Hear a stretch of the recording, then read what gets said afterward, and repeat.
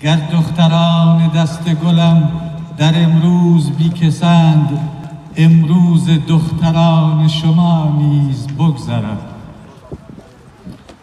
گر حافظ قرآن شده مداح کاخ زر، امروز مطربان شما نیز بگذرد.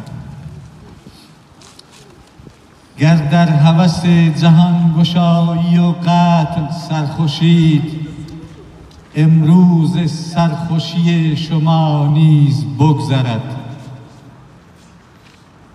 گر کودکان خیابان و مکتب ما بیکسند، شادی کودکان شما نیز بگذرد. گر دل خوشید به سرمای زمستان غربیان، گرمای زمستان شما نیز بگذرد. با حمله و زندان و شیمیایی و اعدام، امروز جاودان شما نیز بگذرد.